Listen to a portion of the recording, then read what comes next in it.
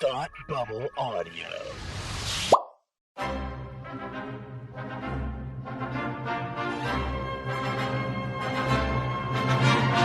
Look, up in the sky! You will never find the more wretched hive of scum and villainy. Welcome to Beer with Geeks with Tim and Frank. Who are you? I'm Batman. I am Iron Man. Your friendly neighborhood Spider-Man. Hi, Christopher. I'm Nero. My name is Inigo Montoya. You're a wizard, Harry. A couple of guys with a couple of beers and a whole lot of pop culture nostalgia. Make it so, number one. Ladies and gentlemen, the Beatles. Name the dog, Indiana. Life finds a way. I am serious. And don't call me Shirley. Now sit back and crack open a cold one, because it's time for Beer with Geeks. It comes in paints? Shaken, not stirred. Great Scott! I was way off. I knew it started with an S, though. Hi, and welcome to Beer with Geeks, where two geeks geek out with beer. I'm Tim, and with me, as always, is my tried and true director, but I hope he doesn't screw up this episode, friend Frank. How are you today? I'm pretty good. I think a real good episode of Supergirl TV. Shoot, I did mess up. You messed up. Just like you predicted I would. You messed up. It's funny that you went to Supergirl TV Talk, because before I started, I legitimately always went, welcome to Supergirl TV Talk, instead of welcome to Beer with Geeks. And I don't even do that intro. I know. That's not me, baby. That's not my bag. That's not your bag, baby. But Supergirl TV Talk does come back pretty soon. Yes, it does. Just a couple days from now, yes. as you're listening to this. Yes, it does. How are you, my friend Timothy? I'm doing very well. Are you, Franklin Sis? How are you? I am doing quite well myself. I'm happy to say that I'm doing quite well. And I have a beer in front of me. Do you? I also have a beer in front of me. Pray tell, what beer is it? Oh my goodness. Well, I am drinking a beer from Jack's Abbey Craft Lagers. It is a Hopponius Union. I love the Hopponius Union. It is a delicious tropical citrus aroma, as they say on the can. Yes, indeed. This was the last one in my fridge, actually. Quite sad. They lasted for a little while. You didn't want, because they're kind of heavy, so you don't want to have one too much. Yeah. You don't want to have one too much, but tonight was the night. How about you? What are you drinking, my friend? I am drinking a new one. I am drinking a Simpler Times lager from the Simpler Times Brewing Company from Monroe, Wisconsin. Ooh, that's exciting. Yes, and it's good. It's a straightforward lager. You know, it's pretty much straightforward. This is still part. I did a build your own 6-pack thing a week or so ago at the grocery store, and yeah, it's good. It's solid. That's cool. Now, this is completely unrelated, but actually, you said Wisconsin, which reminds me of the word whiskey. Oh, and okay. To which I have to say to you, ? Did you know that Sam Adams is brewing whiskey now? What? Or distilling whiskey, I should say. Yeah, not brewing whiskey. I know what I'm talking about. Quite a feat. That would be. Yeah, so I went out to dinner last night, and there were three Sam Adams options for whiskey. Really? And I had the Merrymaker, which was excellent. It was really good. It was like some cinnamon and cloves and some ginger in there. It was really good. And I'm not a huge whiskey guy. Like, I like it, but I don't want it all the time. Like, it has to be either a special occasion, or I have to really be in the mood, or I have to have become a billionaire all of a sudden. Sure, something like any that. of those things, those things that happen to people all the time. All the time, they happen. But it was excellent. Like, I want to go out and get a bottle for myself, and I'm not sure if it's a restaurant only thing that Sam's doing, or if it's a buy your own. I did not look into it, but clearly your surprise means that you had no idea, so I can't ask you if you knew this. I was not familiar with this. It's definitely the kind I do like whiskey. I enjoy whiskeys and scotches and bourbons and kind of everything in the whiskey family. So that's definitely of interest to me, but I was not familiar with that. So I'm gonna have to check that out myself, because that's news to me. What did you say the one that you liked was called? The Merrymaker. Merrymaker, okay. The Merrymaker. Merrymaker. Yeah, it was excellent. Everybody, the three of us ordered at the table, and we all liked it a lot. So it wasn't... look at this. Okay, so this is from Boston Harbor Distillery, which I actually have been to their place, to their distillery. It's a nice facility, and they're making whiskey from Sam Adams beer. Huh. Yeah, I did not know about that. I'll put a link to that in the show notes in case anyone's interested in that. In case anyone is a whiskey drinker, but that's not what we're here to talk about today, Timothy. No, it's not what we're here to talk about. It's not. We're here to talk about some wonderful people. Yes, Frank. Although we don't know them, so they could actually be terrible They could be people. monsters, but I don't think they are. No, I mean, we don't know. Maybe one of them is actually possible. Sometimes. Who knows? It's very possible. Who knows? I had an observation. I made an observation recently. So I was thinking about, it's really cool how all of these big franchise movies, studios are trusting their big franchises to a lot of indie directors lately. And that's been going on for several years now. You've seen a lot of directors on it kind of cross over from the indie world into the big studio system and be given their big break.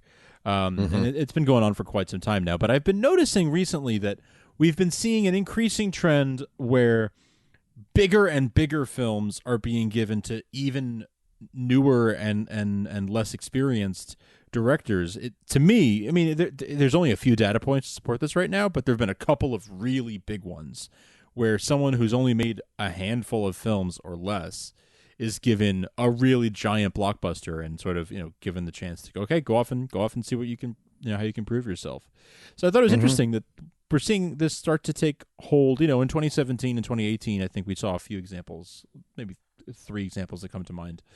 And for some big ones, and in most cases, they either do really well or really poorly, and there's very little in between. And I thought that was really interesting, and I figured something would be fun to kind of talk about and break it down, and look at a few names and kind of see how they've done, how they've fared with their big outings.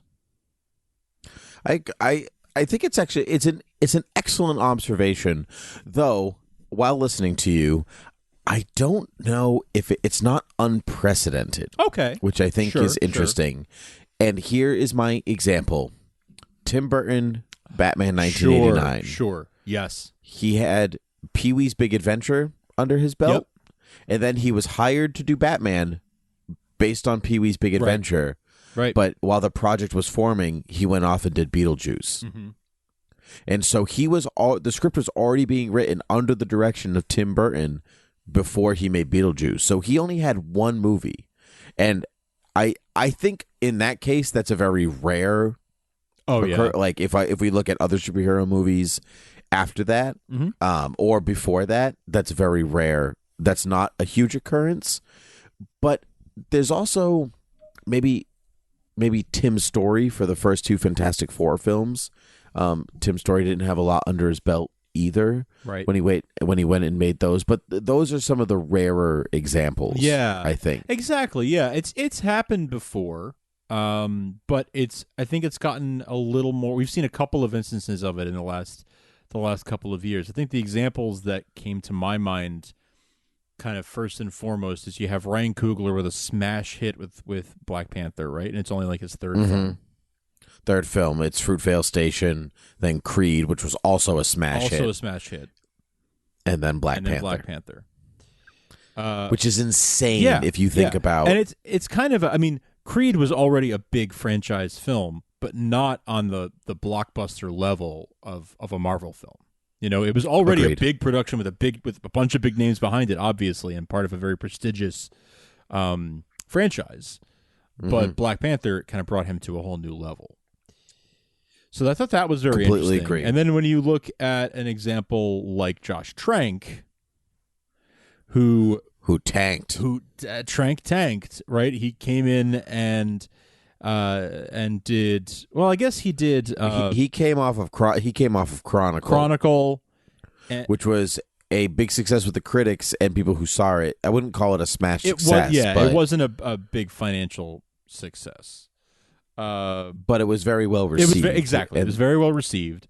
So he's coming off of that, and he goes in to do Fantastic Four, which completely just completely bit it. Mm-hmm. Just in every way. Yep. So, there you have the two examples of that was also his, like, I think Fantastic Four was also probably his second or third film. Mm-hmm. And I think it was his second. Was Chronicle his first film? Yep, okay. I think so. I can double check right now. Sure, if you want to use lookup, I was gonna hold off on it. I figure I'm probably gonna need it more later, but it's up to you. But let's say it was his second or third film, and so Fantastic Four obviously did very, very poorly, and then on the heels of that, he lost Star Wars. Mm-hmm. Because he was supposed to do the Boba Fett movie. Yes. And that got shut down. Allegedly, the Boba Fett movie. Allegedly. And that project has allegedly been shelved. Yep. Fantastic Four was his basically his second movie. Wow. He had Stabbing at Leia's 22nd birthday, which was a short in 2007. Okay. Wow. And he directed 5 episodes. Yep, he directed 5 episodes of the TV series The Kill Point, and then Chronicle in 2012, and then Fantastic Four in 2015. Wow. Yeah. Kind of rocky. Though so note he has a movie. He's directing a movie right now. Okay. Which is the 47-year-old Al Capone, after 10 years in prison, starts suffering from dementia and comes to be haunted by his violent past. Starring Tom Hardy as Al Capone. Oh, wow. Okay, so he's got Tom Hardy, so there's... Yeah. Linda Cardellini as May Capone, Matt Dillon as Johnny, Kyle MacLachlan, and those are only the names I recognize. But even then, Matt Dillon, Linda Cardellini, and Tom Hardy, that's pretty good. Yeah, that's a solid cast.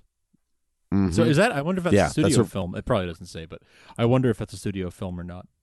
Because with that kind of cast, it kind of seems like it would be. Yes, I agree. So those are two, I think, kind of really. Those are like the two examples that came to my mind as the two opposite ends of the spectrum, where you have Coogler with great success, and then poor Trank with huge failure. Right. Well, I mean, Black Panther passed Titanic at the U.S. box office not too long ago. That's huge. Yeah.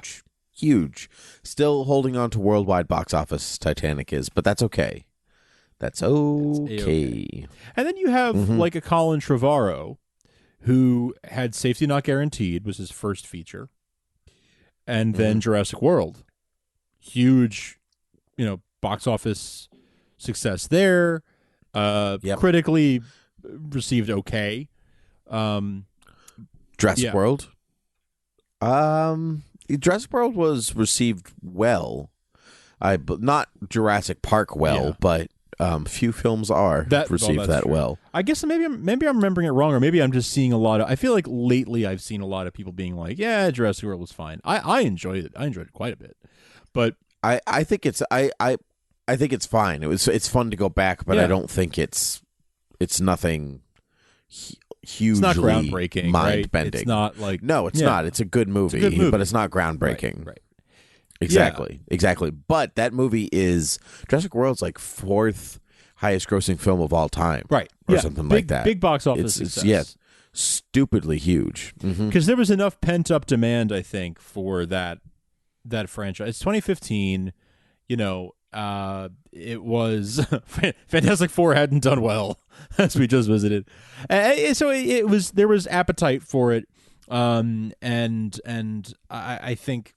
We hadn't seen a Jurassic Park film in quite some time, and it was really exciting to have this franchise come back in such a big way. The marketing campaign for it was huge and was like really creating a lot of buzz and a lot of excitement.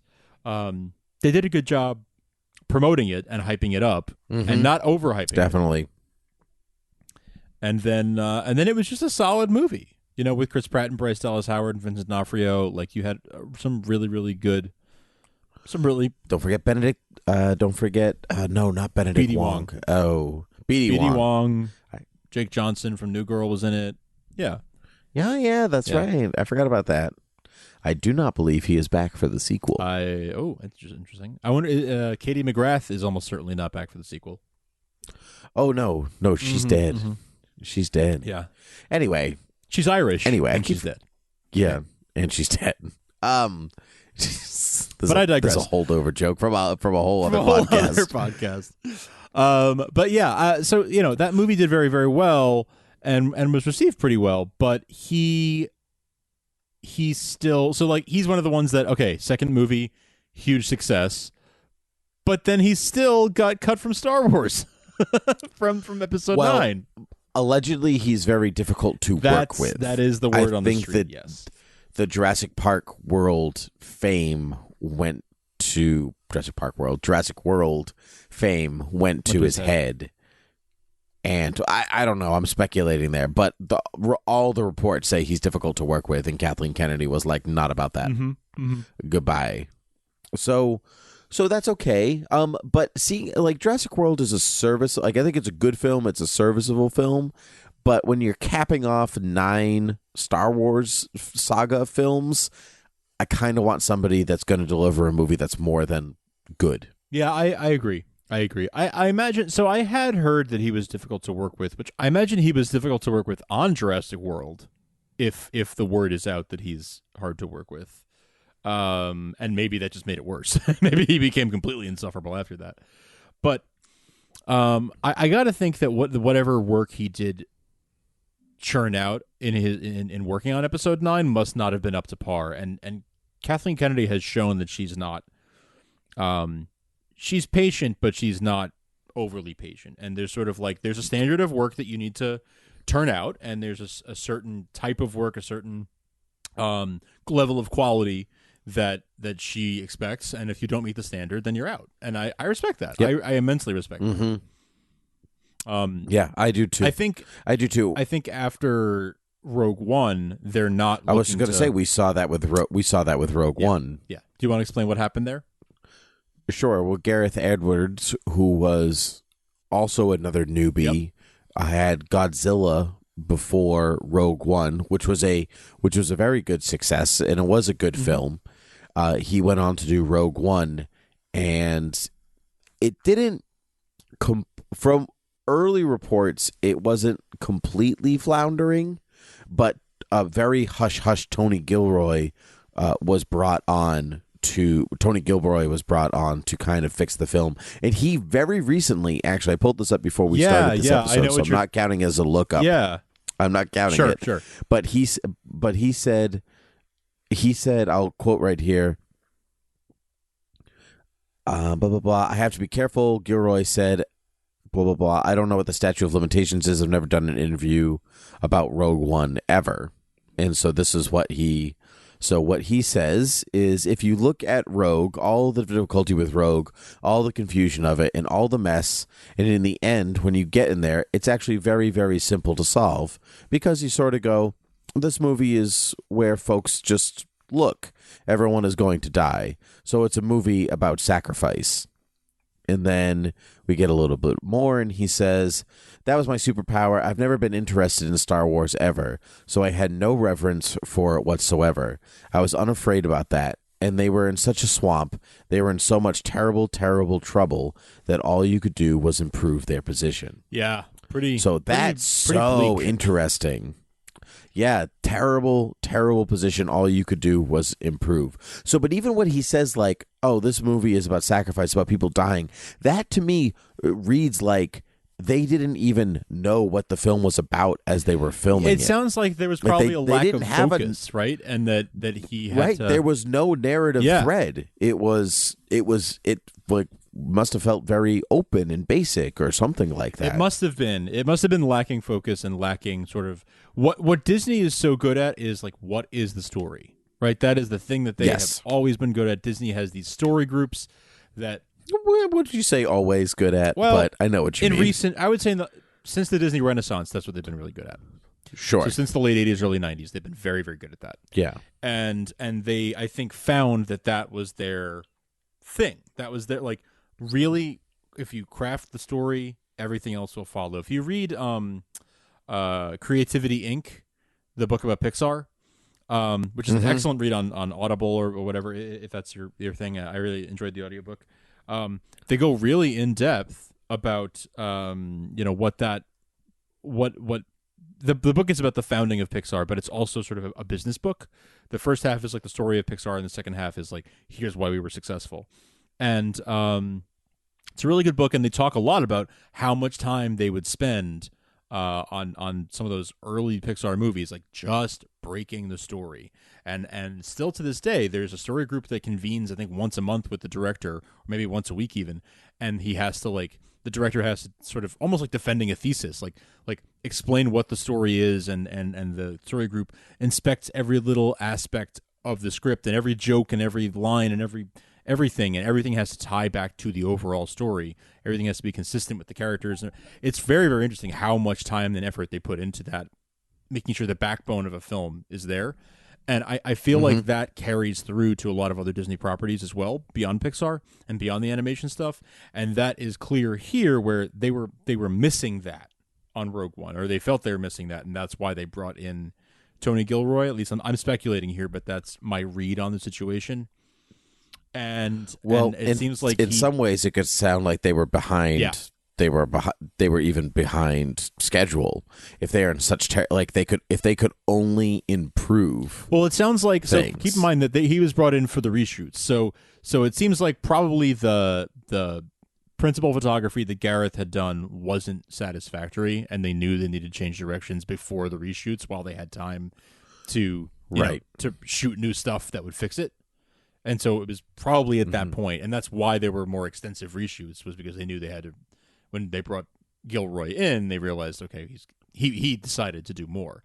But that's an interesting point that he points out. Like he points out, he's not really a Star Wars fan. He had very minimal Star Wars exposure, so he was able to be a little more, take a step back and be like, okay, what is this really about? Like, probably Gareth was getting in there and being really excited about being a Star Wars fan and making a Star Wars movie, and Gilroy was able to be like, putting that aside because it doesn't really mean anything to me.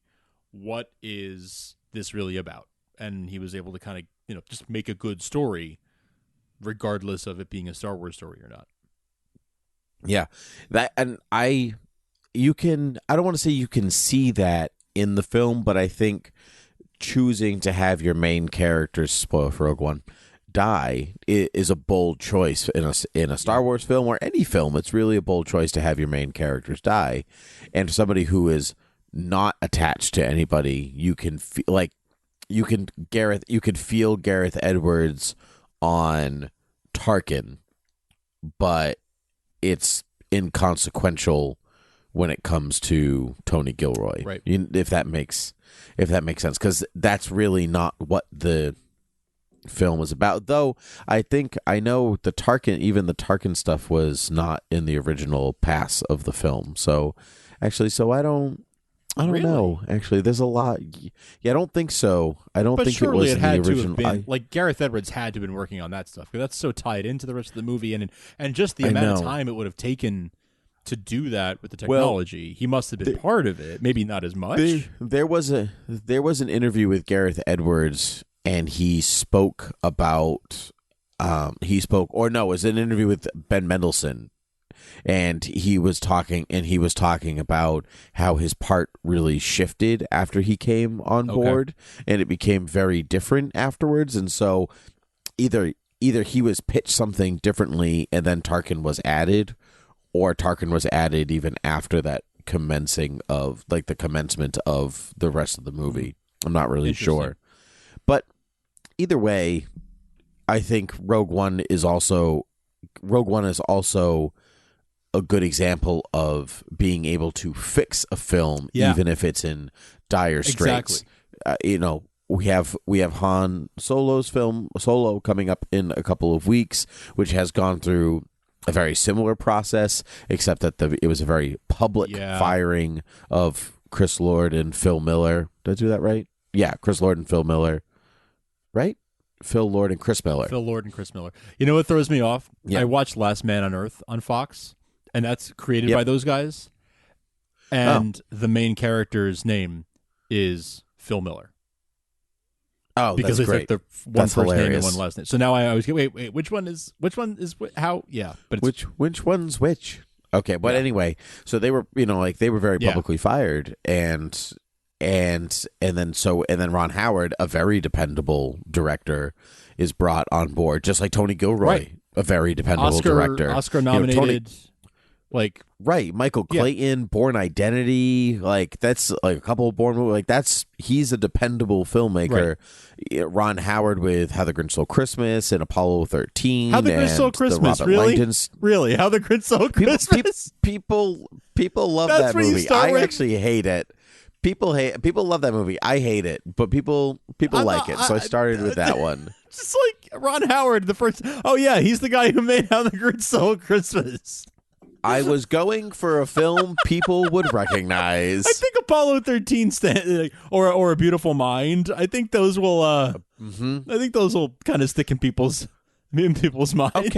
Okay. Well, whatever, Frank. You have your choices and I have mine. It's fine.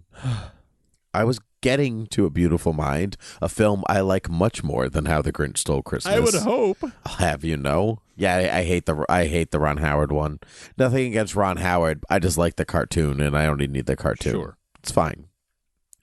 Anyway, so we'll see what's happening there. But what's very interesting to me about all of this is that we're talking. This is all Star Wars and Fox and all of that stuff. So wait, is this Han Solo movie going to be How the Grinch Stole Star Wars from Lord and Miller? Sure. Well, I mean, it is a heist movie. Frank. There it is. There you go. It's gonna be How Han Solo Stole Christmas. Hey. You know what I mean? It's gonna be How Han Solo Stole Life Day. That's what this movie is really about. How the Grinch Stole Life Day would be a fantastic, parody sequel thing. That would be terrible. It would be a great title for an episode, though. I'll tell you that. That's for sure. Anyway, I think what's interesting we're talking. This is the Star Wars side, and the Fox side. And I mean, I guess Fox in some ways took a chance on Bryan Singer. Oh, sure. Back in the early 2000s, but even he had a good number of films under his belt first. Not a good number, but he had a couple. I mean, but he had good, well-received films. He had Apt Pupil. He had The Usual Suspects. Those are right. So he was much less of a risk, right, than some of these other guys. I think the risk is what is interesting. So, but then you flop over to the MCU, and a lot of their directors, most recently, they're not necessarily babies. No, but some of them are. Like Ryan Coogler is a baby. Yeah. Black Panther was his third film, but obviously, what an excellent director he is. Fantastic He's choice. Mark my words, this generation Steven Spielberg. I believe that. I would very much. He's fantastic. He's such a great storyteller. The man has 3 films, huge. He starts small and he just ascends into massive blockbuster territory. And we've never really seen anybody do that and succeed. But I'll be curious, except for Spielberg, really, over and over and over and over again. I mean, even George Lucas was not a tried and true director. He had THX 1138 and American Graffiti. And then he made Star Wars. And even that, he had to fight his way and, fight to get Star Wars made and that kind of thing. Fight to get all his movies made. It wasn't like it is now, where it's like the studio reaches out and says, we want to make this film and we choose you. Right. Well, George Lucas was also very keen on not doing it that way anyway, but that's a whole other story.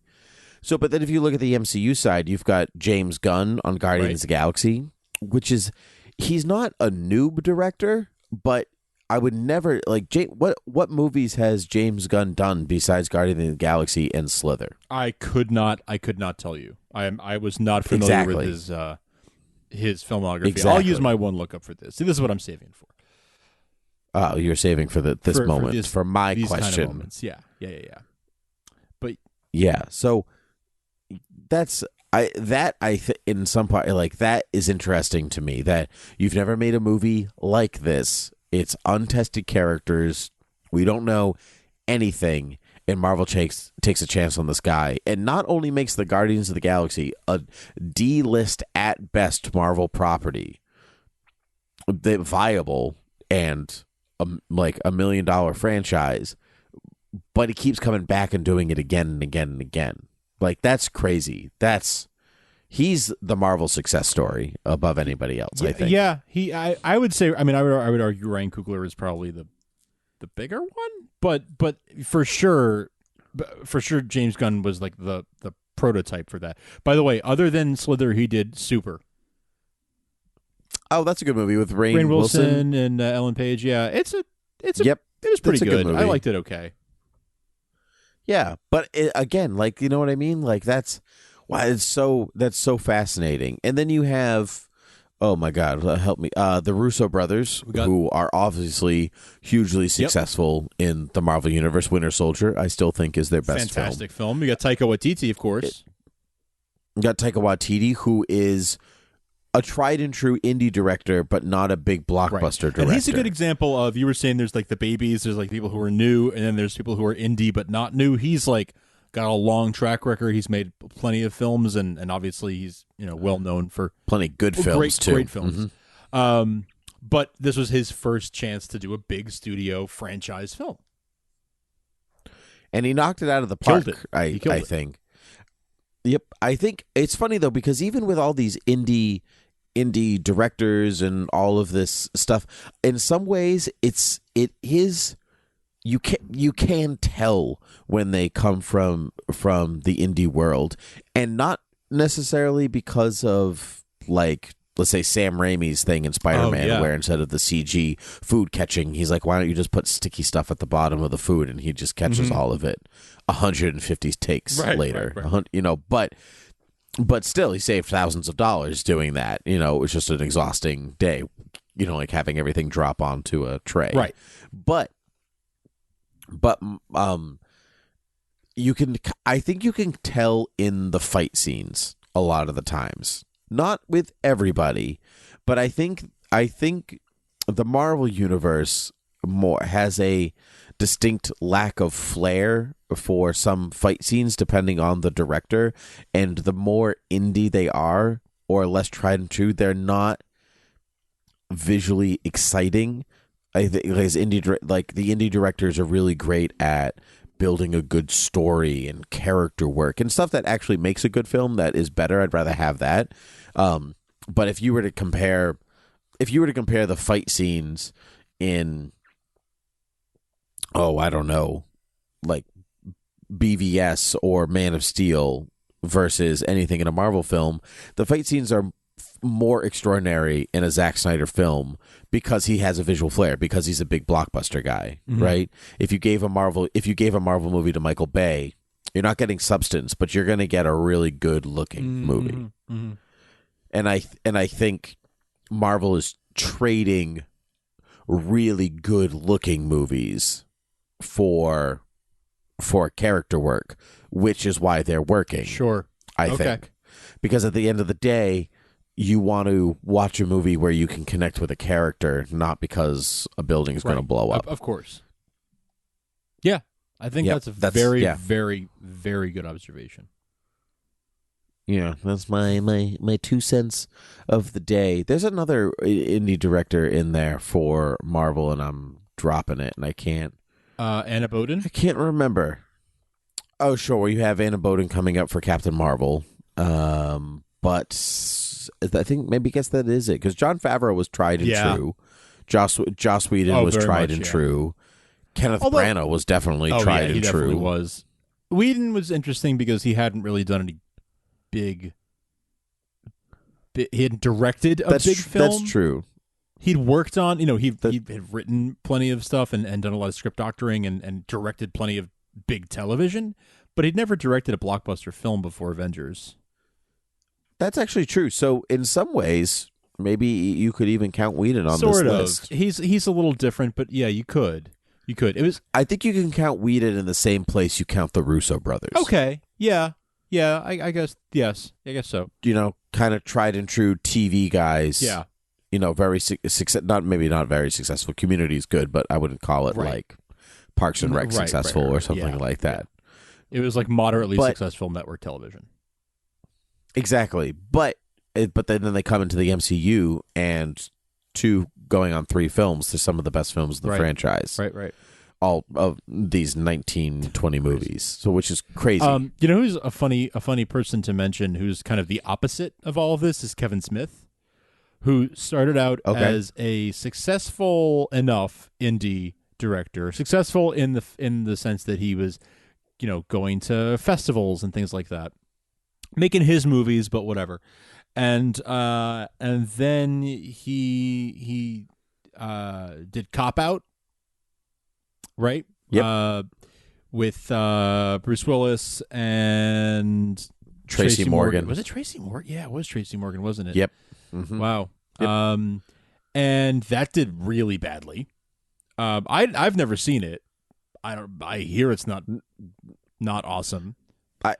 I hear it's terrible, and mostly because of Bruce Willis and his inability to want to work with people on a normal level. Go. So that was Kevin Smith's first studio gig, or big studio gig anyway, where he was given like full on, like, here's like a decent budget, a good cast, and we're just going to let Kevin Smith make a studio film. I guess Zack and Miri came before this, but was that indie? I'm not sure if that was studio or indie.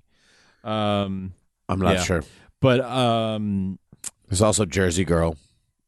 Yeah, but that wasn't and Dogma, which is not an indie film. I thought that I was pretty sure. Well, maybe I'm wrong. That's fine. My point is, Cop Out was the one where he was given like a bigger budget and a big cast and all of that, and it didn't do well.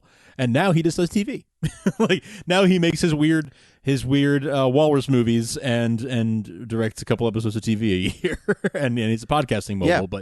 But it's funny, and I'm a huge fan of Kevin Smith's. But I think it's funny that he's kind of the opposite of these other guys, where like some of them, like the Russo brothers, started in TV and then went on to these big films. Where Kevin Smith has done, did films and now does TV. I love it. I'm so glad that he does do that. Like, I'm so happy of his contributions in the CW, DC shows, and I love him as a podcaster. Like, I love him as just like a personality. Yes, so absolutely. I'm a big fan of his in general. Just a funny observation that is kind of the reverse story of some of these other guys. I totally agree. So I guess my question at the end of all of this is, do you think it's a good idea to keep hiring guys with not a lot of experience, or it's kind of a crapshoot and some of them are going to work and some of them aren't, and that's the end of it? I think it is a crapshoot, but generally it's more of a good idea than it is not. Like, there's pros and cons, but I think it's still a good idea and still a thing that is good to do, because it gives you these people who are passionate and who are fans of the material and who bring more to it than, like Tony Gilroy did a great job sort of redeeming Rogue One, but I don't know that I would have enjoyed it as much as I did if he had directed it from the start, if there wasn't the Gareth Edwards influence. Like, maybe some of these guys need someone guiding them, shepherding them, whatever, but or more oversight from whoever the powers that be are. But I think it's good to have fans and to have people with just like a lot of vision and a lot of heart, even if they're less experienced. I think it's good to let them play in the sandbox. Yeah, I think you're right. But I think with that, we're done with this conversation for this evening. So you can find us in all the places that podcasts can be found, such as iTunes and Satchel and Google Play and Overcast. And of course, you can rate and review us on iTunes. I'd be very much thankful. And then you can head over to thoughtbubbleaudio.com and check out all of our Thought Bubble audio shows that are too long, so I'm not going to list them all because there are so many. Too many! And you can find us on the internet at beerwithgeeks@gmail.com and at Facebook. And you can also follow me at TimothyPG13 on Twitter. And you can follow Frank at Frank Ramblings on Twitter if you are so inclined. Indeed. And then I guess that is all of it for us. So until next time, cheers.